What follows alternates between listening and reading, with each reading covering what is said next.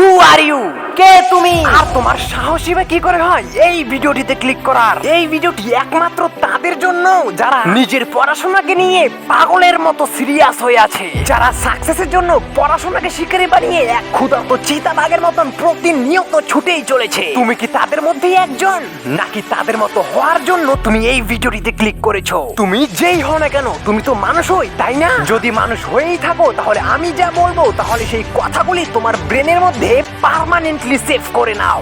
ভালো করে পড়াশোনা করে রাজ্যে কিংবা স্কুলে টপার হওয়ার জন্য এই সোশ্যাল মিডিয়ায় হাজার হাজার মোটিভেশনাল ভিডিও পড়ে রয়েছে। এখন তুমি যে এই ভিডিওটি দেখছো এবং আমার কথাগুলো শুনছো, আমার এই ভিডিওটিও সেগুলোর মধ্যে একটি। দেখো ভাই, ভালো করে পড়াশোনা করে স্কুলে টপার হওয়ার জন্য ও জীবনে বড় কিছু করার জন্য এই সমাজে 10 লোক তোমাকে 10 ধরনের রাস্তা দেখাবে, কিন্তু তোমাকে কোন পথে চলতে হবে সেটা সিদ্ধান্ত করার দায়িত্ব শুধুই তোমার। ঠিক একই ভাবে ভালো রেজাল্ট করার জন্য তোমাকে কিভাবে বই পড়তে হবে, কিভাবে প্রিপারেশন নিতে হবে সেটা তোমার থেকে ভালো আর কেউই জানে না। ভালো রেজাল্ট করার জন্য, ভালোভাবে বই পড়ার জন্য মাঝে মাঝে তোমার হৃদয়ে আগুন জ্বলে ওঠে, মনে হয় যেন এবার স্কুলে প্রথম হবই, প্রতিদিন 8 থেকে 10 ঘন্টা করে বই পড়বই। কিন্তু বই নিয়ে বসার ঠিক কিছুক্ষণের মধ্যেই যত সব নেগেটিভ থটস অর্থাৎ খারাপ চিন্তা ভাবনাগুলো তোমার ব্রেনে এসে প্রবেশ করে, তখন আর কি তুমি ভংচং করে বইয়ের 2-1 লাইন এদিকে পড়তে থাকো, আরেকদিকে নেগেটিভ থটস লাগাতার চলতেই থাকে। তুমি অনেক চেষ্টা করেও সেই ভাবনা চিন্তাগুলোকে থামাতেই পারো না। বই পড়া শুরু হতে না হতেই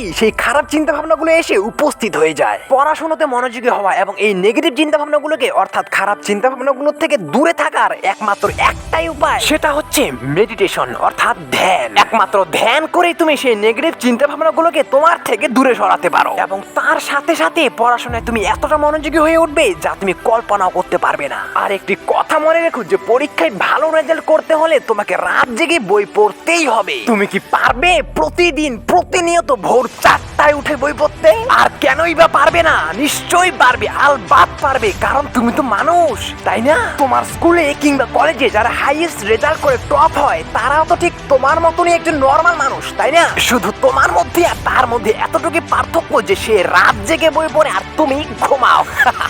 আরে ভাই, পরীক্ষায় ভালো রেজাল্ট করতে হলে তোমাকে রাত জেগে বই পড়তেই হবে, আর রাত জেগে বই পড়ার জন্য তোমাকে তোমার শরীর থেকে অলসতা দূর করতে হবে, আর অলসতা দূর করার জন্য কেয়ারলেস হলে চলবে না। ভোর 4টার অ্যালার্ম বাজার সাথে সাথেই এক হাত দিয়ে সেই অ্যালার্মটিকে বন্ধ করে দেওয়া। অ্যালার্ম বন্ধ করে তুমি ভাবতে থাকো যে ঘুমে চোখই খুলতে পারছি না, ধুর একটু সকালেই পড়ি। আর এইভাবেই তুমি সকাল থেকে বিকেল, বিকেল থেকে সন্ধে, সন্ধে থেকে রাত কাটিয়ে দাও, কিন্তু তোমার পড়ার টাইম হয়ে ওঠে না। আরে ভাই, ভোর 4টার সেই অ্যালার্ম কে বন্ধ করে জানো? তুমি নিজেই বন্ধ করে দাও, কিন্তু তোমার মাইন্ড তোমাকে কন্ট্রোল করছে, অর্থাৎ তুমি তোমার মাইন্ডের গোলাম। যেখানে তুমি তোমার মাইন্ডকে কন্ট্রোল করার কথা আর সেখানে তোমার মাইন্ড তোমাকে কন্ট্রোল করছে, তাহলে তো এসব হবে। ভালোভাবে চলতে গেলে, ভালো রেজাল্ট করতে হলে তোমাকে তোমার মাইন্ডকে কন্ট্রোল করতে হবে। তুফান আসুক কিংবা পাহাড় ভেঙে পড়ুক তোমার উপর, তোমাকে প্রচুর স্ট্রিক্ট থাকতে হবে তোমার মাইন্ডের প্রতি।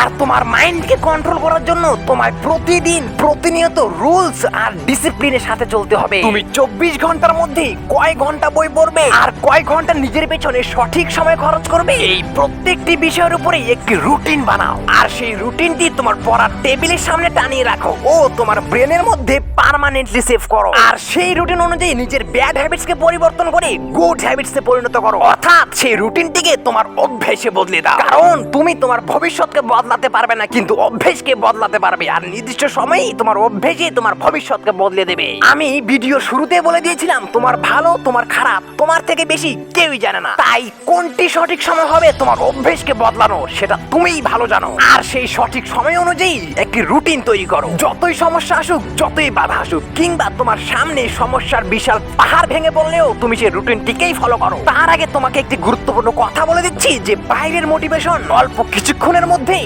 শেষ হয়ে যায়, আর তাই তোমার ভেতরে যে মোটিভেশনটি আছে সেটিকে বের করো, তোমার হৃদয়ে যে আগুনটি আছে সেটিকে জ্বালাও, কারণ ভেতরের মোটিভেশনই হচ্ছে সর্বসেরা মোটিভেশন। এই 4 মিনিট থেকে যে তুমি আমার এই কথাগুলো শুনছো, তাহলে নিশ্চয়ই তোমার হৃদয়ে গিয়ে এই কথাগুলো লেগেছে। যদি সত্যি আমার এই কথাগুলো তোমার হৃদয়ে প্রবেশ করে, যদি সত্যি তুমি জীবনে বড় কিছু করতে চাও, যদি মন থেকে পরীক্ষায় ভালো রেজাল্ট করতে চাও, তাহলে এখন না, একটু পরে এইসব বাহানা বন্ধ করে তুমি এক্ষুনি এই মুহূর্তেই তুমি রুটিন বানিয়ে ফেলবে তোমার অভ্যেসকে পরিবর্তন করার। আর যদি তুমি বর্তমানে যেমন আছো ভবিষ্যতেও ঠিক এমনই থাকতে চাও, আর 5টা সাধারণ মানুষের মতন যাদের জীবনে কোনো লক্ষ্য নেই, জীবনে কোনো গোল নেই, যাদের জীবনটাকে দুঃখে কষ্টে কোনো মতন টেনে টুনে কাটিয়ে দিতে চায়, আর তুমিও যদি তোমার জীবন তাদের মতনই কাটিয়ে দিতে চাও, তাহলে এই ভিডিওটি শেষ হওয়ার সাথে সাথে তুমি অন্য আরেকটি ভিডিও ক্লিক করে প্রমাণ করে দেবে যে তুমি লুজার। তুমি প্রমাণ করে দেবে যে তুমি তোমার জীবনটাকে অবহেলার সাথে সাথেই শেষ করে দেবে। কিন্তু যদি তোমার জীবনে কোনো লক্ষ্য থাকে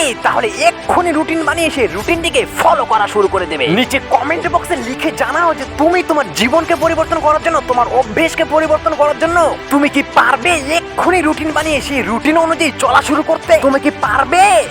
আমার তো ডাউট হচ্ছে ভাই তোমার উপরে। যাই হোক, all the best for your decision. এখন থেকে তোমার জীবনটাকে কিভাবে পরিবর্তন করবে, কিভাবে চলবে, শুধু একটি মাত্র সিদ্ধান্ত তোমার জীবনকে বদলে দেবে। তোমার জীবনের সঠিক সিদ্ধান্ত একমাত্র তোমার হাতে।